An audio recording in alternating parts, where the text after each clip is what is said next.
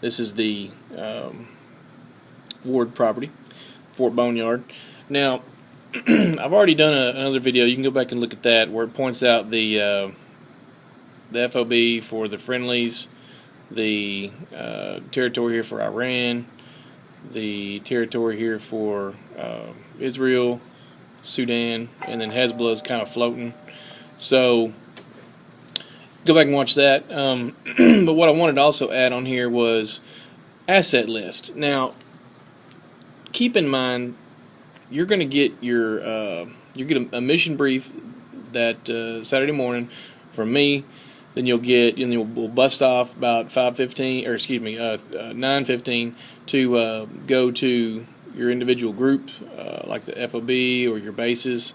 Hezbollah will be over here with Iran, getting their main mission brief because they're basically work for Iran, and Sudan will be over here. So we'll have mission packets for these groups, and you'll go over that stuff about 9:15 and get your main mission to start the day. And then you'll be getting your intel drops and mission drops throughout the day from your group leaders or from me. So keep in mind, throughout this entire day, the friendlies, you're basically kind of working as these friendlies, US, UK, you're basically working as kind of a police force and delivery boy and guards, for Israel. You're going to help them guard their territory. They have an asset over here. It's going to be, if anybody's been here, this little tower on the hill, that's going to actually serve as the comms tower for this game, and it will come into play. Also another Israel asset is the new bridge that's in this area across the creek. Iran has an asset that they want to make sure they keep control of, and it's right here. This is their SAM site. So that'll be important. But keep in mind, none of these things. This is not willy-nilly, free-for-all stuff. You have to be under orders to make a move on any of these things. This ain't just let's just go do what we want to do. We know this is an asset, this is a thing, and we'll just go and do. No, you're going to be with your group. You're going to be with your group leaders, and you will be following orders. Anybody just going off doing their own thing is going to jack up the day, and we're not going to have it. You're going to be asked to leave because you will follow orders. This is Milsim. This is not arcade airsoft. This ain't trigger day. This is important. You will follow orders, and you will stick with your group leads or your squad if you're being busted up into squads by your group leader. You will do this. I can't say this enough. This is what you're going to do, and you're not going to do anything until it's time to do it. And you'll know it's time to do it because you're going to get a mission brief on it.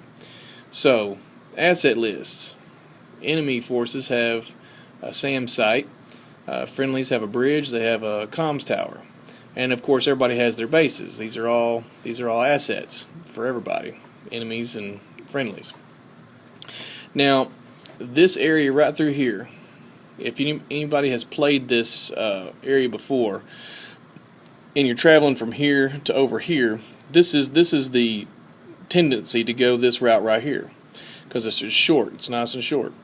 This area, because the friendlies will be transporting aid packets, is going to be one of the missions throughout the day for the friendlies, is to keep Israel supplied with aid. These items will be perishable, they'll be time sensitive, but you will not be allowed to travel this direct route. You will have to come over here, or you'll have to come over here. The choice is going to be up to your group leader, or however y'all want to do it, but the point is you will have to cross through this area here. Here's the pond. So from here to here, you must somehow travel through this area, right through Iran's back door.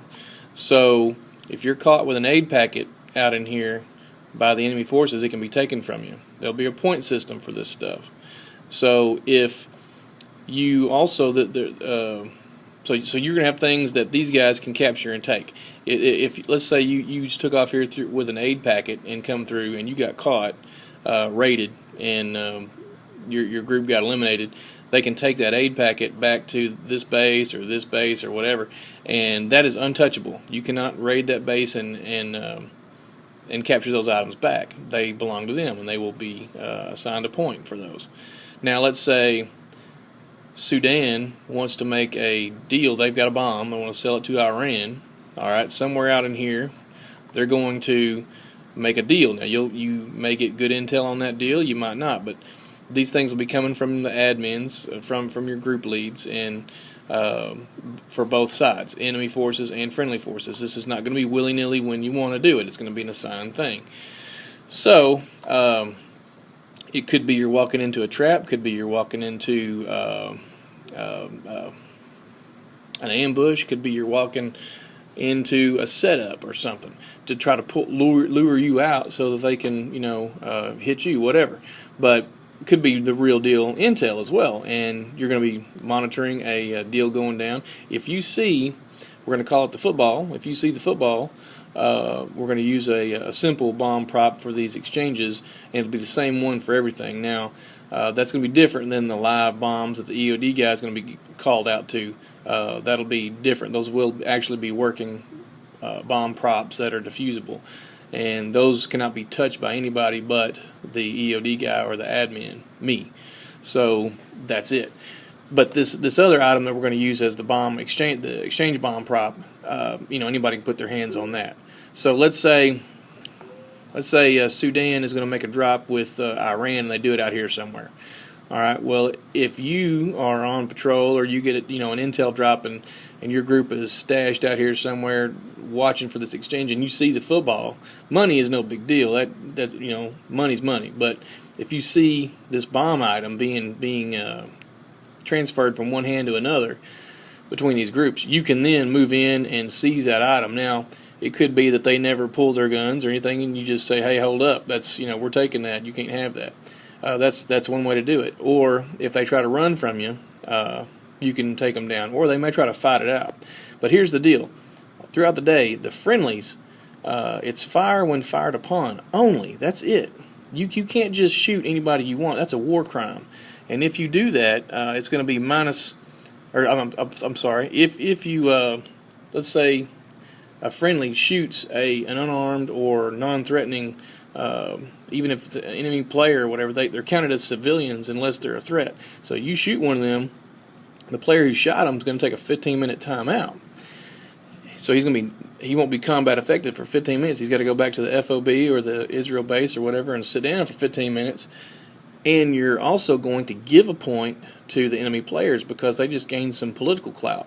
Because now they look more like the victim because they're getting beat up on by these, hateful Americans who's, just always keeping them oppressed and trying to just give them a hard time. They're just trying to do peaceful things with their nuclear program, and here you are here shooting civilians. So they gain some political favor, plus 1 point for them. You get a 15-minute timeout. So make sure you follow the rules of engagement. Also, for any team, if you have an accidental weapons discharge, that's going to be minus 1 point. Now this will be an honor system thing. So your squad leaders, your group leaders, and such will have to need to get a notebook and keep track of these things. So accidental weapons discharge, this is an honor point thing, minus 1 point. Friendly fire casualty. Friendly fire is going to be minus 1 point. That's for any team. For any team, if you hit an enemy, or a friendly player, that's friendly fire, and you need to document that and be minus 1 point. So make sure you're honorable out there on the field, and you call these things fairly. Be on the lookout for suspicious items or suspicious people. Just because you have to maintain this rule of engagement, which the enemy players don't have to, by the way. Friendly players, you are bound by this and cannot engage unless you are engaged or unless you are threatened. So let's say somebody's walking up to you. They appear to be unarmed. You tell them to halt because you want to search them, and they don't halt. They keep moving towards you. Well, now you're into an area where if you feel that you're threaten, you can take them out. So they either obey commands or you can take them out, because maybe it's a suicide bomber. I don't know if we're going to have those or not. You never know. Watch out for suspicious people. Watch out for suspicious items. If you're making a transport along through here and you see a suspicious item on the trail, call that into your EOD guy.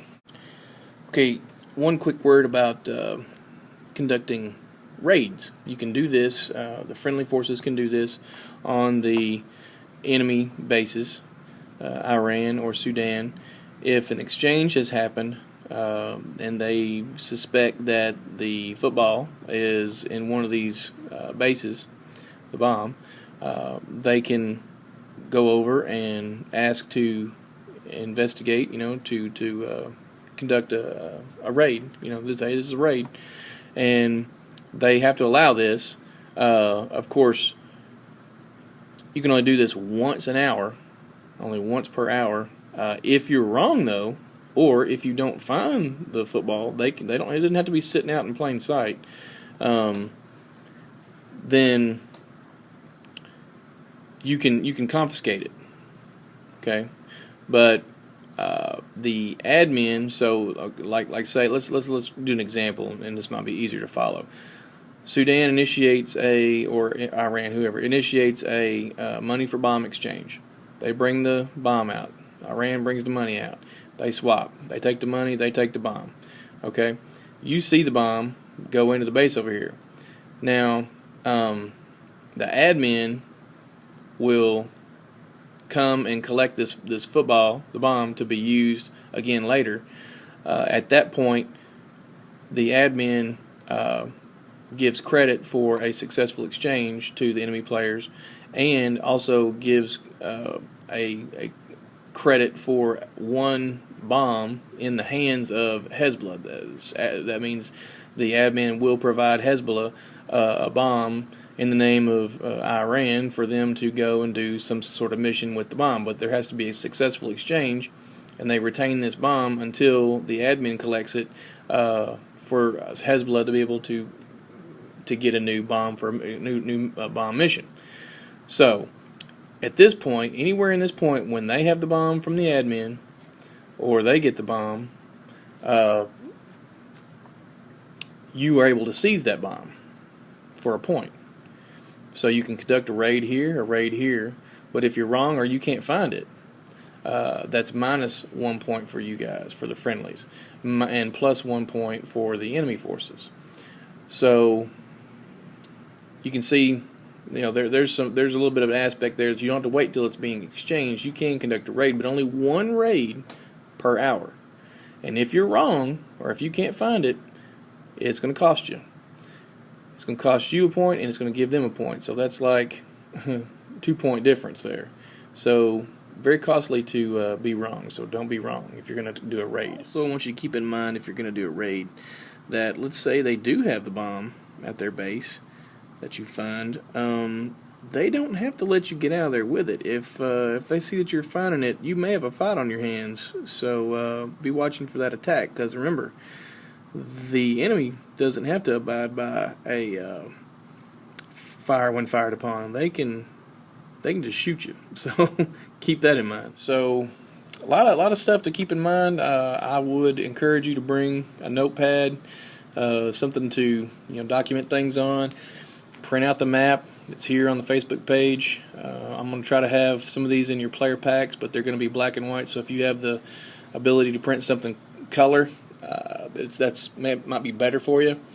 Remember, this is an off-limit route right here for transporting of aid packets. You must cross this zone through here with those aid packets. Other than that, I think everything else will be delivered the day of. So in case I've forgotten something important, I'll post again, but this may be your last intel drop till the game. So see you there.